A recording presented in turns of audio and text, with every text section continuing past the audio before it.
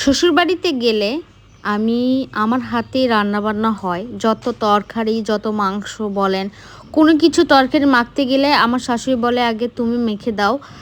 এজন্য আমি সবকিছু হাতে মাখাটা আপনারা তো জানেন আমি হাতে মাখাই তরকারি পছন্দ করি। আমাদের ওইদিকে কিন্তু মাংস এভাবে হাতে মাখিয়ে খায়।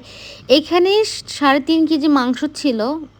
আমাদের আত্মীয়স্বজন আসার জন্য কিছু আমার শ্বশুরের বন্ধু আসার জন্য এখানে যত মশলা আছে আমি সব কিছু দিয়ে মাখাইছিলাম।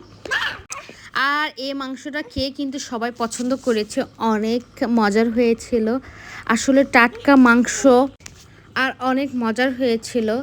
আসলে যারা আমাকে পছন্দ করে তার সবাই আমার প্রশংসাই করে।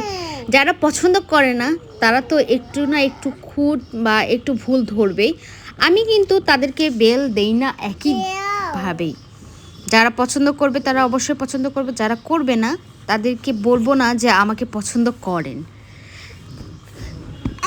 আর দেখেন কালারটা দেখছেন, আসলে অনেক লোভনীয় ছিল।